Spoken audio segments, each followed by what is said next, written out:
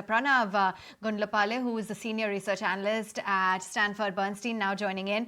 Thanks so much for taking time out. I just wanted to understand what your outlook is on the Indian banking system as a whole, because if, for instance, if we even take the clock back to the SVB collapse, etc., we didn't really see that contagion impact or effect really play out back home.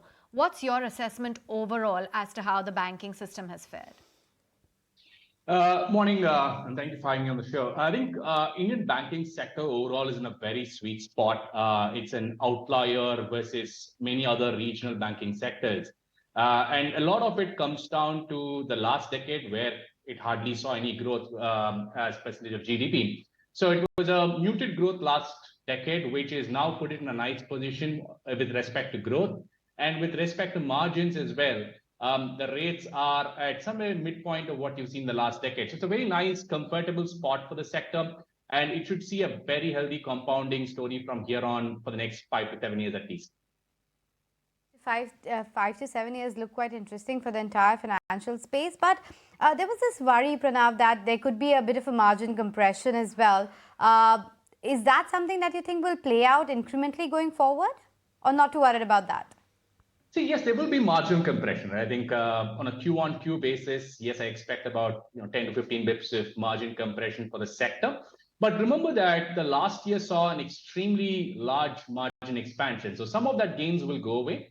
And it's driven by three factors really, right? So one, you have higher rates now, which means there will be a natural migration away from low-cost CASA deposits into term deposits, which increases the bank's cost of funds. And within the term deposits, last year saw a muted increase in the rates, despite the sharp increase in benchmark rates. So some of that gets priced in. So that again drives up the cost of funds.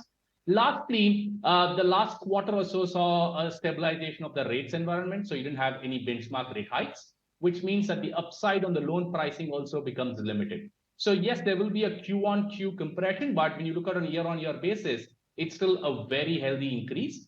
And even within the sector, there's going to be some dispersion, right? So the banks with higher share of retail loans and weaker deposit franchise, by which I mean banks that have to reprice CASA or maybe and TDs more aggressively than others, will see a sharper compression compared to banks like, say, an SBI, which has a higher share of MCLR loans and a much stronger deposit franchise. They might see much lesser or maybe even a slight increase in margins on a Q-on-Q basis. Sure, point taken, Pranav. But what's your view about the mega merger of the HDFC twins, and now that the merged entity is listed, what's your view with respect to how that's likely to pan out? We have a positive view on the merger, and we think it'll be benign from a growth and profitability perspective. In other words, the bank's trajectory of getting that 17 to 19% growth and near 2% ROA should not be at risk. That is more on a near-term perspective. At a longer perspective, I think it's great for the bank because it gives them a scale advantage, which is almost permanent. When I talk about scale advantage, I'm referring to the simple OPEX to assets ratio, which will almost be 50 bips lower than that of their peers, private sector peers. And that could be a permanent advantage that the bank carries forward, right? I think as the deposit costs normalize, that scale advantage will begin to shine, and that will be a big positive for the bank. Now, given that the outlook is that there's going to be a limited sequential improvement in profitability, is this isolated to certain types of banks, or is it going to be across the board, and what's the rationale? So I think sequentially, yes, the profitability growth would be limited, but it is at a pretty healthy level at this stage. And therefore, the differentiation will come down to growth eventually.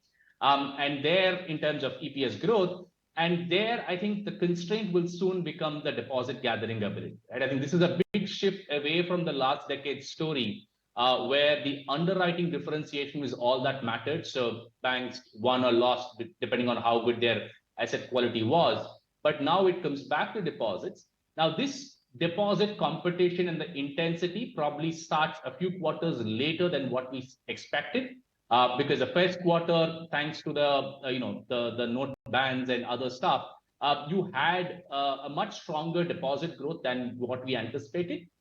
So the real intensity will probably pick up in the later half of the year, and that's when you will start seeing differentiation in growth, which then drives to differentiation in the earnings growth for these banks. Pranav, before we let you go, give us a pecking order in terms of the large cap banks that you like, the mid cap banks and NBFCs. Which are your top ideas right now? So amongst the large banks, for us, we think this is how we think about it, right? So we think the compounding story is largely going to be similar across banks, right? So you're talking about high teens compounding of the book value growth. Therefore, the rank order is largely our view on where we see a re-rating potential, or the multiples being improved. And in that perspective, for us, the rank order is HDFC Bank at the top, where we see the merger, with the merger overhang gone in the next few quarters, we see a clear case for re-rating. Second would be in Axis Bank, where it is still significantly cheaper versus peers, and for a reason. And as the quality of the franchise improves and bridges the gap with peers, we expect that re-rating to happen for the bank as well. Third would be SBI amongst the larger banks, for two reasons. One, once the corporate credit cycle comes back, which looks more likely to be happening in the next year or so, then SBI stands to benefit significantly versus other banks. So that's one reason. And the second is there is an overhang of capital raise, which again, if it goes away, can drive a significant re-rating for the bank. So these are the top three for us where we see a re-rating potential. ICICI, I think, will continue delivering earnings growth, in a very healthy manner, but limited options or limited potential for a multiple re-rating from here. Right? So that's why it becomes a fourth in our rank order.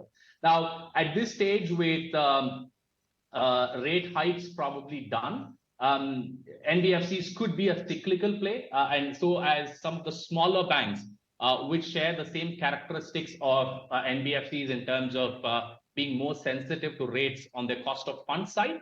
But we think that story is going to get harder and harder as the deposit repricing happens and the margins start compressing for some of these banks. Okay, so you're staying away, you're saying, from NBFCs and mid-cap banks and stay with the large caps? Yes, I would save the large caps for now. Now, on that note, we'll let you go. Thank you so much for joining us and talking to us about the entire banking sector at play. Quick look at